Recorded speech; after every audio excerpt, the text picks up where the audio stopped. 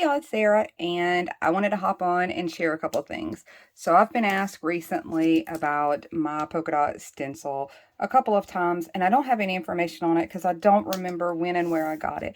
I wanted to share, my husband got me a new set of stencils, and he said he got them on Amazon, and I'll get the link for you.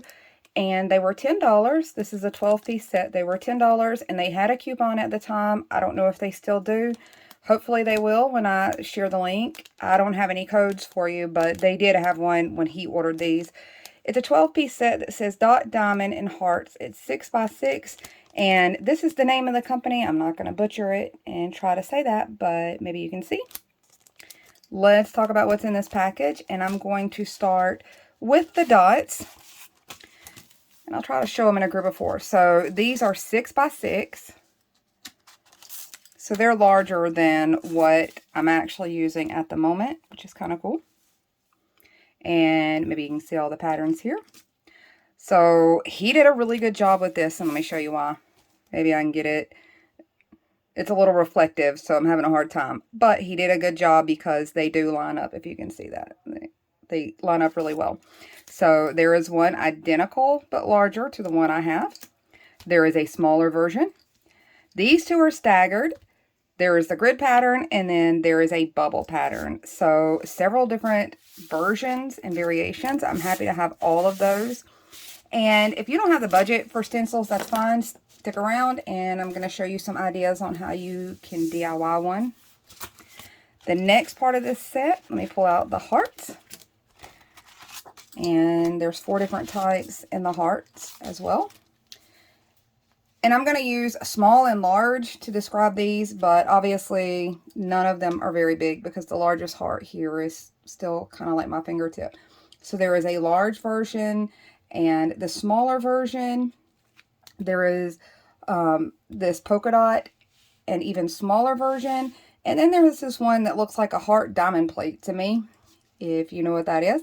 So these are cute. I can absolutely see these being handy come February to have all those different heart sizes, and especially to scale for a planner. This is the next grouping of 4. So there is a larger and smaller checkerboard pattern and a larger and smaller diamond / harlequin pattern. You can see there. And you guys are going to be seeing this come up probably pretty soon. I've already got ideas to use these for background. I am super excited to have the diamonds because I don't have anything with any diamonds on it. So now that I've shared those, and really quick, I'll show you that packaging one more time. Now that I've shared those, let's talk about some alternatives. The first one, cheapest one, and probably most short-term idea is to just get some cardstock. And let's see, I'm going to cut this to size. I just cheated and went this way. I could have measured it out and cut it to whatever size, but I happen to have that and some cardstock. And measure out your dots, whether you want to use a ruler and just mark where you want your dots to be. I tried to show an example or get started on one. I didn't mark and measure anything out. I just took a plain Dollar Tree. This one's Dollar Tree, so it's not even top notch. Hole punch. And the holes, just so you can see, they're pretty close to the same size as what my punch actually, or my stencil actually is. And just make yourself a grid size stencil. And like I said, I did not measure these out. I'm just trying to show you that you can have a more temporary, this will get you some uses, and you could turn around and use something like maybe a cereal box if you can find one that you can punch through with your punch. But let's talk about some other ideas as well. And I'm going to try my best not to blind you because I'm grabbing reflective material and I've got lights that kind of bling off of it. So this is just plastic packaging off of the facing of a package. I usually cut these down because I'm a crafter too. So I cut these down and use them for crafting and things like that, but I usually have something like this around. That being said, since we are talking about things for planners. This is one off of a planner. I usually keep this portion here to use for other things. I put post-it notes and paper clips and all those things and use it to mark my days or my week, so I can just easily flip to it. So I usually keep this part that's already punched. But I cut this strip off, and this strip is perfect for making your own plastic stencil. So I went ahead and did that. I wasn't going to make you sit and watch me mark them all out and punch them all out. And I went ahead and did that on some plastic. So the cool thing about this one, though, versus the ones I actually have, when I go to use this one, I usually have to sit and work it around in a place where I don't end up overlapping out of my little grid or whatever. So I usually kind of have to work it around, get it somewhere into place where all of the circles line up nicely inside of it. With this one, since I did it and measured it to that, all I have to do is literally pop it in place, and I don't have to worry about whether or not I accidentally traced or stenciled outside of anywhere. So that makes that one actually pretty handy.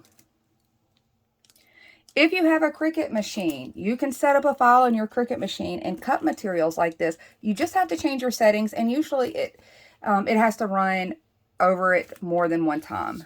So in order to do something like that, here's some other materials that you can consider making your own stencils like this with. The first one is this Dollar Tree set of chopping mats.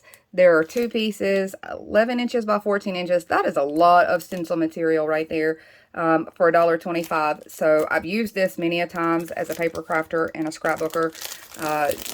That one works really well. And one more idea I want to throw at you really quickly before I wrap things up is the plastic folders that they have right now at back to school time. The 2-pocket poly plastic folders that they have, cutting those down makes really good stencil material as well. And while I'm talking about stencil material, I don't know if I mentioned, I wanted you to hear what that sounded like on the ones I just got. That is a nice stencil, by the way. I don't know if I gave them their credit for that. I don't know this company. This is the first time I've ever ordered from them or any stencils from them, but I know that I have some of these other kinds, and I was pretty happy with the thickness and quality of the stencils that I received.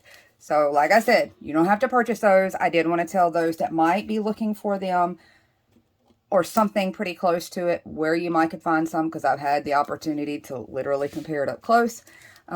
Or maybe temporarily, if you're in those no-spend months, if you're in those budgeting time before Christmas months, you can always make yourself a no-spend alternative. This may take a little time. This plastic was actually a little easier to punch than this plastic.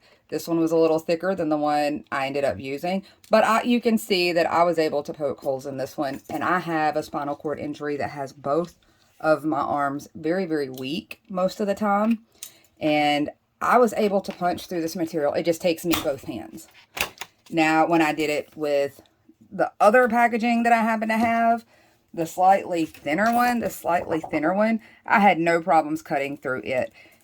That's all I had to share. I just wanted to get this out there because there's a few times I've been asked about it and I really just could not give an answer. And I felt kind of bad because I'm sitting here showing how fun it is to use the polka dots, and I didn't have any alternatives for you guys, but maybe this will give you somewhere to look for one or some way to do your own. If you got any questions, ask below. I'll be sure to get the link up and talk to you guys soon. Bye, y'all.